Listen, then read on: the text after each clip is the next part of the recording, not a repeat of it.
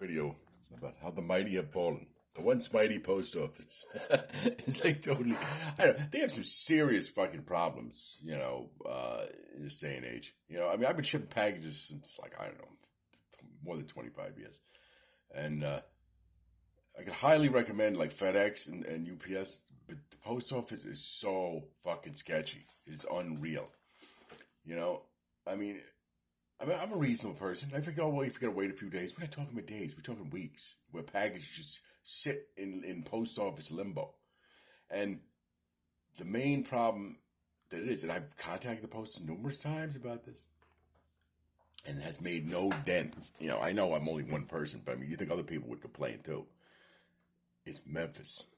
If you live in the South, if you live like in the Dixie Alley, like I do, or somewhere near Memphis, your mail comes through Memphis, you've got a problem. And you want to see, like, here's a slight problem, right? I'll show you. I'm showing this in real, like, here. Here's something I'm having delivered right now. Memphis. Arrived in Memphis, right? Here, look at the tracking history.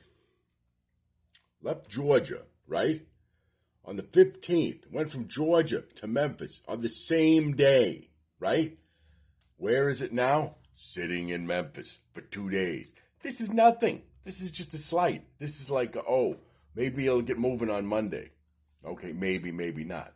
You want to see the real problem? Here. These are real packages that I'm having delivered. Here's another one. This was shipped out. Look. Lancaster, Pennsylvania. January 8th, right? Went through Pennsylvania. Same day.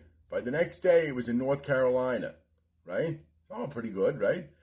By the next day, it was in Memphis. Okay.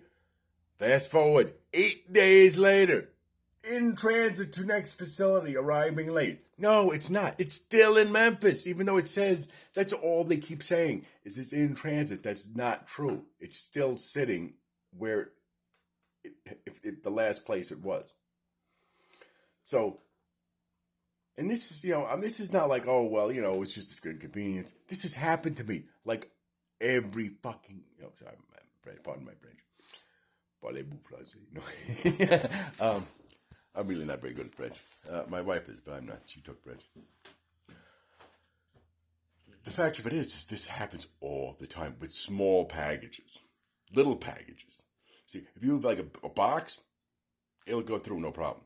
Anything like hand size or smaller, forget it. Their sorting there is like insane. And this is a new facility.